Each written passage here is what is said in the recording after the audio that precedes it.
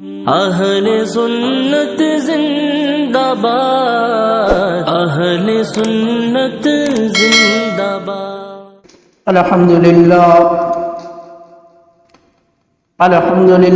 رب العالمین والعاقبۃ للمتقین والصلاة والسلام علی سید الانبیاء والمرسلین، اما بعد فاعوذ باللہ من الشیطان الرجیم، بسم اللہ الرحمن الرحیم۔ قال النبی صلی اللہ تعالی علیہ وسلم: شہر شعبان شہری، صدق اللہ العظیم، والحمد للہ رب العالمین۔ میرے آقا کے پیارے غلاموں، السلام علیکم ورحمۃ اللہ تعالی وبرکاتہ۔ آئیے ایک مرتبہ درود پاک پڑھتے ہیں۔ اللہم صلی علی سیدنا صفینا مولانا محمد وبارک وسلم، صلو علیہ الصلاۃ والسلام علیک یا رسول اللہ صلی اللہ تعالی علیہ وآلہ وسلم۔ ماہ شعبان المعظم کی آمد ہے، اور یہ مہینہ بہت ہی بابرکت مہینہ ہے، بہت ہی باعظمت مہینہ ہے۔ اس مہینے کو اللہ تعالی نے بہت فضیلت عطا فرمائی ہے۔ اس کی عظمت و برکت پر حدیث پاک کے اندر، حدیثوں کی کتابوں میں کئی حدیثیں جو ہے آئی ہیں، اور آثار بھی، یعنی ہمارے اسلاف کے اعمال بھی اس پر کئی ملتے ہیں کہ ہمارے اسلاف جو ہے ماہ شعبان کے اندر کچھ خاص عبادتیں کیا کرتے تھے۔ میرے مسلمان بھائیوں، ماہ شعبان المعظم ان 5 مہینوں میں سے پہلا مہینہ ہے جن کا چاند دیکھنا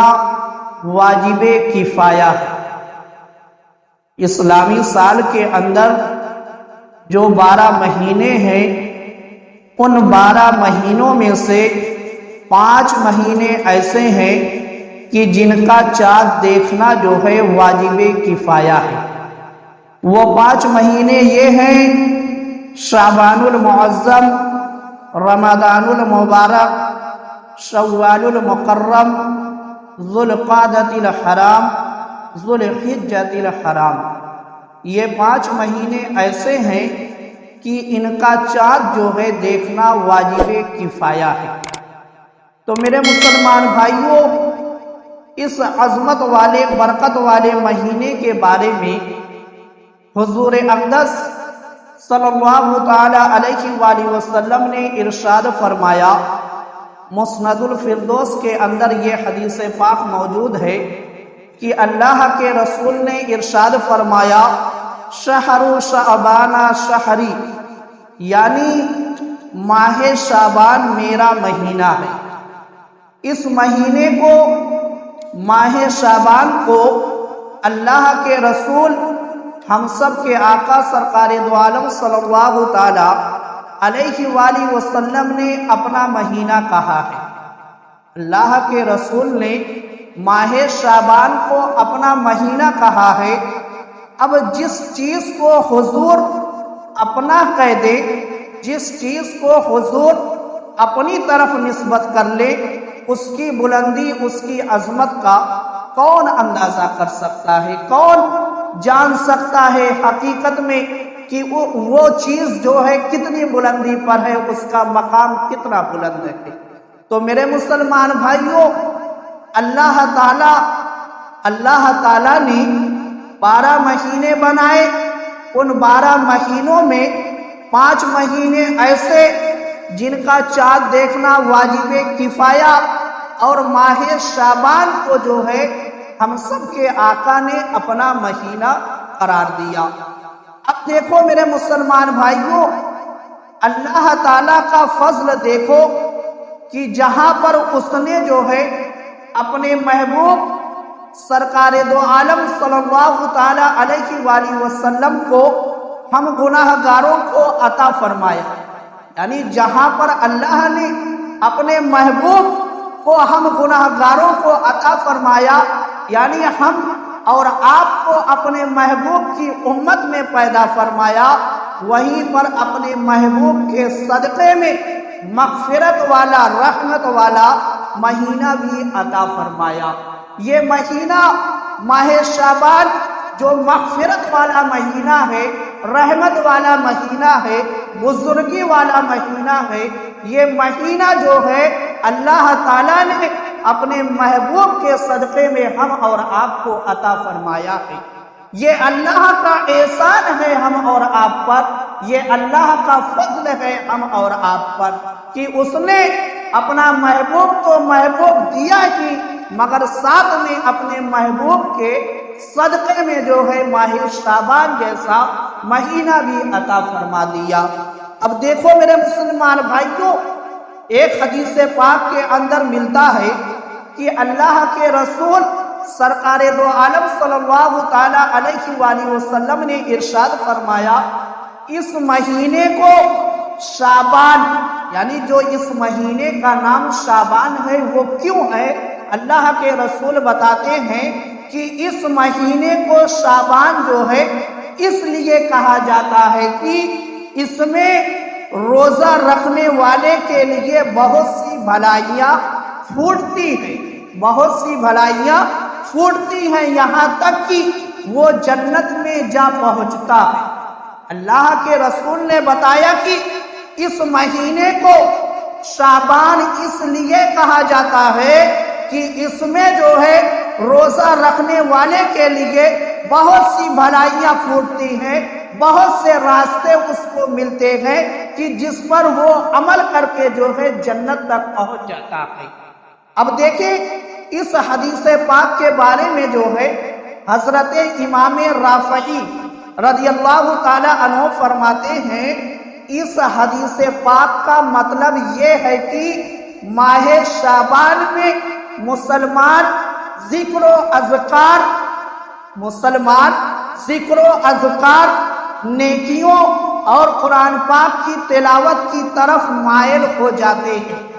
امام رافعی فرماتے ہیں کہ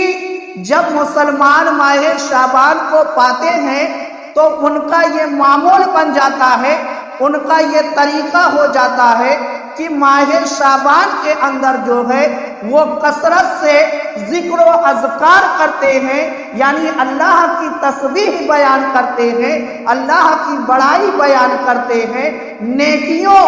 یعنی نیک والے کام جو ہے وہ کرتے ہیں اور قرآن پاک کی تلاوت کی طرف مائل ہو جاتے ہیں، یعنی قرآن پاک کی تلاوت جو ہے کثرت سے کرتے ہیں۔ امام رافعی نے یہ بتایا کہ یہ مسلمانوں کا معمول ہے، یہ مسلمانوں کا طریقہ ہے کہ مسلمان جب ماہ شعبان کو پاتے ہیں تو وہ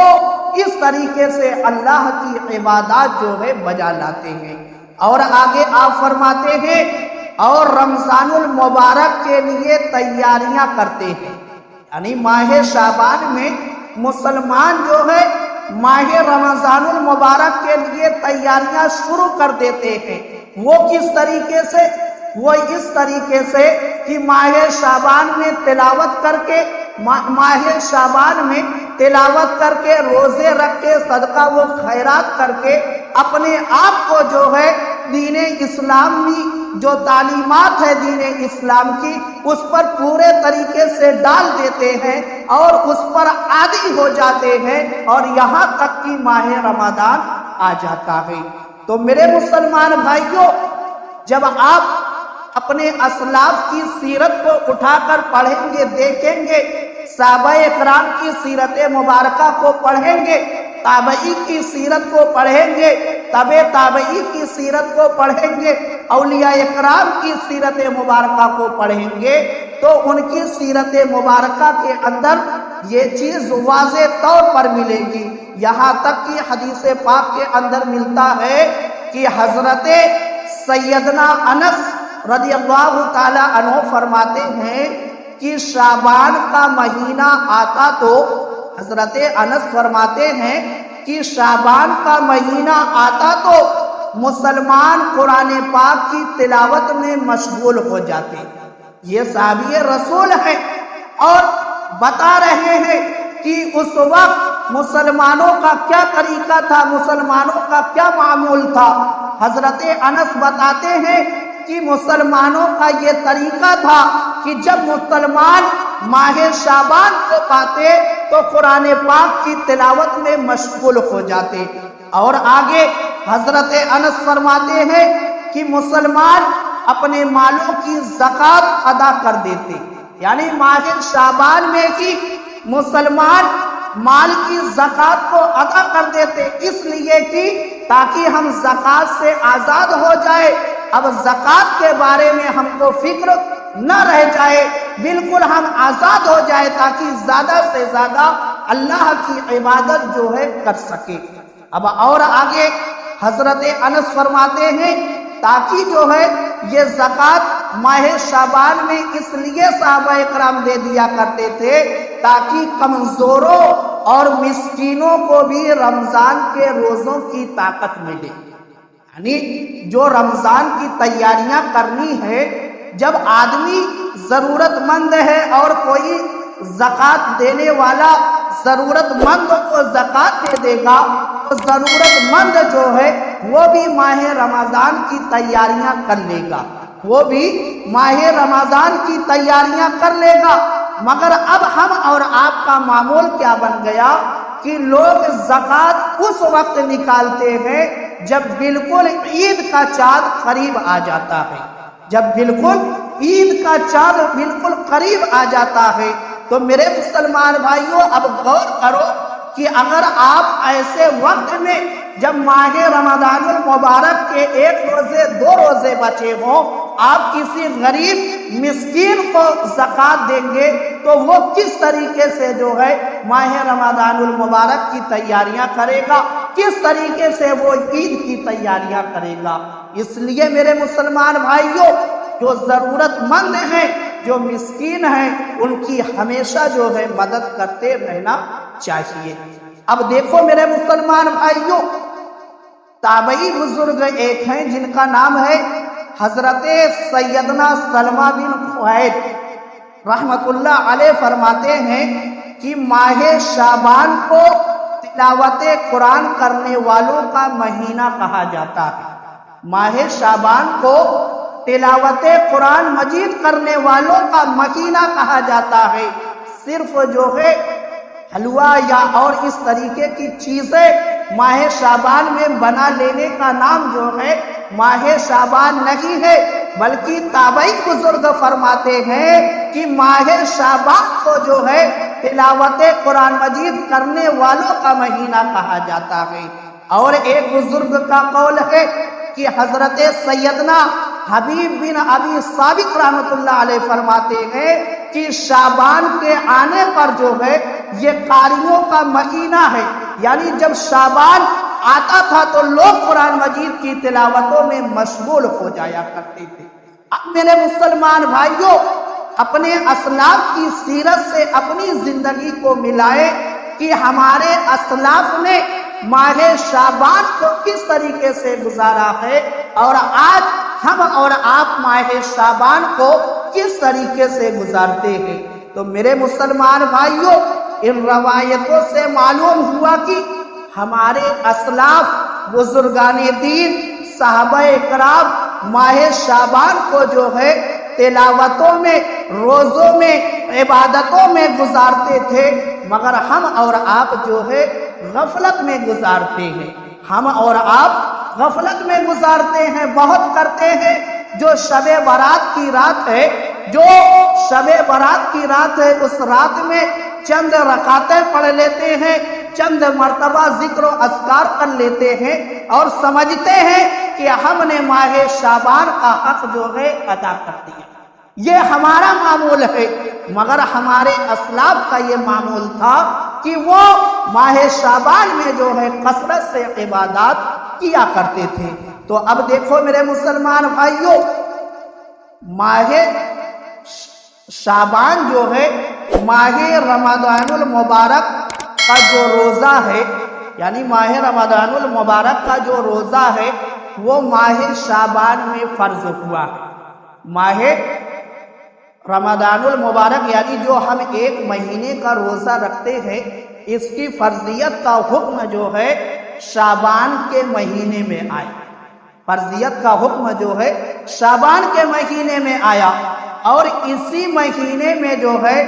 آیت درود نازل ہوئی۔ ماہ شعبان ہی کے اندر جو ہے آیت درود یعنی ان اللہ و ملائکتہ جو آیت ہے، یہ آیت مبارکہ جو ہے یہ ماہ شعبان المبارک کے اندر ہی نازل ہوئی ہے۔ تو اب میرے مسلمان بھائیوں دیکھو، حضرت امام جعفر صادق رحمت اللہ علیہ فرماتے ہیں، حضرت امام جعفر صادق رضی اللہ تعالی عنہ فرماتے ہیں، جو کوئی شعبان المعظم میں روزانہ یعنی ماہ شعبان کے اندر جو کوئی روزانہ 700 مرتبہ درود پاک پڑھے گا، امام جعفر صادق فرماتے ہیں کہ جو شخص ماہ شعبان کے اندر جو ہے روزانہ 700 مرتبہ درود پاک پڑھے گا، اللہ کریم جو ہے کچھ فرشتے مقرر فرما دے گا، یعنی اللہ کچھ فرشتوں کی ڈیوٹی لگا دے گا جو اس درود پاک کو جو ہے رسول اللہ صلی اللہ تعالی علیہ وآلہ وسلم کی بارگاہ میں پہنچائیں گے۔ یعنی ادھر ہم پڑھیں گے، فرشتے ہمارے اس درود کو لے کر جو ہے حضور کی بارگاہ میں پہنچا دیں گے۔ اب اور آگے امام جعفر صادق فرماتے ہیں، اس سے جو ہے رسول اللہ صلی اللہ تعالی علیہ وآلہ وسلم کی روح مبارکہ خوش ہوگی۔ یعنی جب ہم نبی پر درود پڑھتے ہیں، ہمارا درود جو ہے جب نبی کی بارگاہ میں پہنچتا ہے، ہمارا درود جب نبی کی بارگاہ میں پہنچتا ہے تو ہمارے آقا سرکار دو عالم صلی اللہ تعالی علیہ وآلہ وسلم ہمارے اس عمل سے جو ہے خوش ہوتے ہیں۔ ہمارے